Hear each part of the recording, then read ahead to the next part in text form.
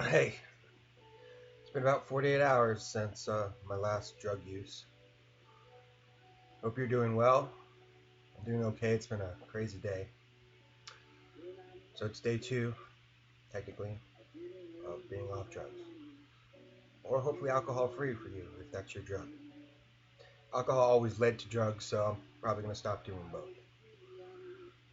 I don't really remember the first video. I slept a lot, but I'm sure I'll look at it again real soon. To those of you that are on drugs or trying to get off drugs, I was considered there are two types of people on drugs. There's drugs users and there's drugs abusers. Still kind of the same thing.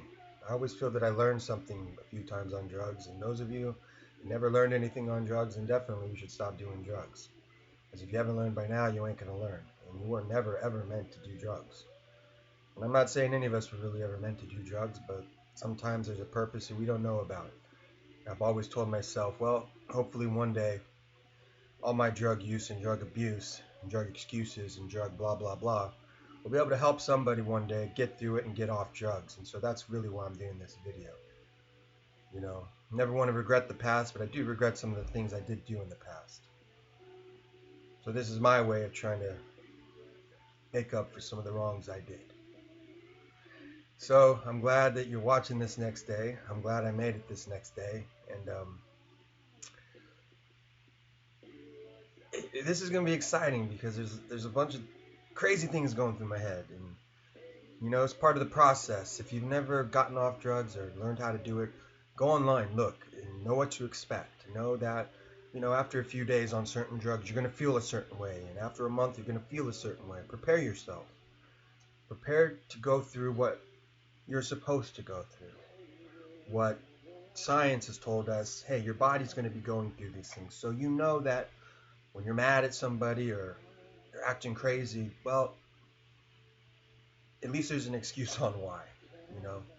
I'm hoping that I can have a little more self-control and move quicker through the process, but of course this is my fourth time, so maybe I should be a little better at it.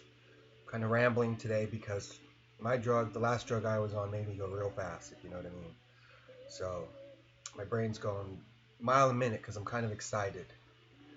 And then there's the moments to where I get deep down in depression and feel real sad again. But that's part of the process, part of the chemical imbalance that I created in my mind.